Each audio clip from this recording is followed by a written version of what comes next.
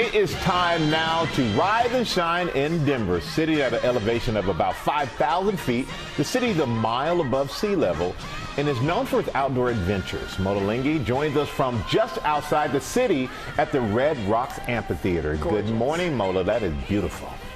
Oh, wow. Yeah, good morning, Michael. Definitely a beautiful sight here, 1 mile above sea level, as you mentioned. Denver is one of America's highest cities, and this is one of America's most famous music venues. This is the legendary Red Rocks Amphitheatre. Behind me, I'm joined by some of my new friends. Although, Michael, they were a little disappointed that I showed up and not you. Isn't that right? But they just wrapped up a morning yoga session, a sunrise yoga session here at Red Rocks Amphitheatre, as we can show you from our drone shot that we took just a few minutes ago, high in the sky, showing them doing yoga. Red Rocks, a popular place to do some morning yoga, popular place to catch a sunrise, as you see some other folks out here doing. And why not? Just look at this place, surrounded by the Rocky Mountains. It is the perfect place to do all things, whether it's here at Red Rocks or in the Mile High City. The Mile High City, gateway to the Rockies and to rock and roll. With a legendary music scene and outdoor adventure excursions in every direction. Yeah! This is Denver, Colorado. 2 hours down the road, Sam Streleski from Colorado Adventure Guide is shredding Breckenridge's bike trails.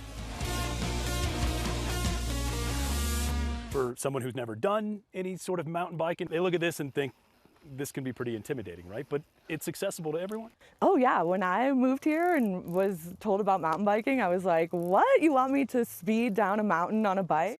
Obviously you can take it to the extreme, and we have access to amazingly challenging technical and jump line kind of trails.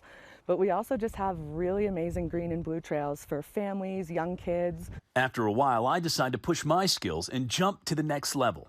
Yeah, nice! Next up, Red Rocks Amphitheatre, a world-renowned music venue nestled in the giant rocks overlooking Denver. Live music at the core of what makes this city sing. What is it about this place? I always say this, and it sounds cliche, but it was made by God and the dinosaurs. And it's a magical place. It was a spiritual place for the Native Americans years ago, and it still has it today. Jimmy Mittens has every music head's dream job, backstage gatekeeper. Hello, sir. Welcome back. Thanks for having me. He's the first to greet every band performing at Red Rocks. You're usually posted right here. You're greeting folks like you just showed us. Right here. Nobody goes through. Nobody goes through. Everyone's trying to get backstage. And everybody's trying to get backstage. So that's what you do, is make sure the right people go back. All right, well, take us to Red Rocks. Come on Let's in. go. So welcome to Red Rocks, folks. Scores of music greats from U2 to Diana Ross. This is actually from 1964. This is the Beatles. And this is the right? Beatles. And then this is a real ticket from the show. Okay, wow. So in 1964, it was going to cost you $660 to see the Beatles. Wow. Back in town, Scott and Nicole Matson of Nocturne Jazz and Supper Club are reviving the jazz tradition of Denver's 5 Points neighborhood.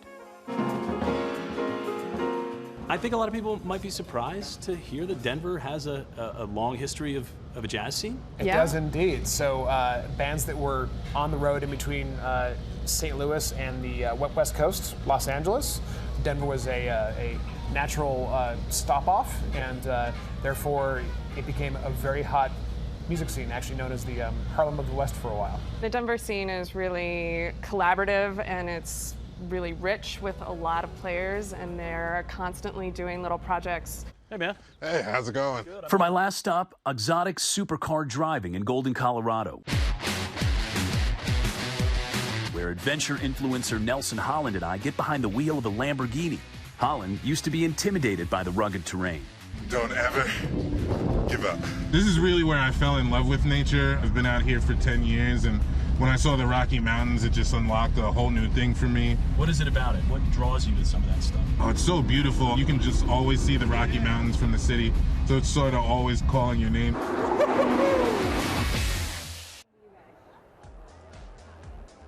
Well, one more look at the stunning views here from our drone camera. It's no wonder Red Rocks here in the foothills of the Rockies has become so legendary over the last few decades. A one-of-a-kind music venue. Again, you can come out here and do yoga like the ladies of True Fusion here. You can come out here and just catch a sunset or a sunrise. And this music venue is really not just a special place for fans. It's also a special place for the performers, the musicians who come and perform here every year. It holds a very magical and special place for them as well, guys.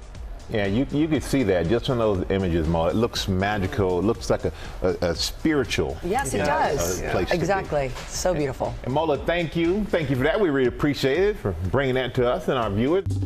Well, hey there, GMA fans. Robin Roberts here. Thanks for checking out our YouTube channel. Lots of great stuff here. So go on, click the subscribe button right over here to get more of awesome videos and content from GMA every day, anytime.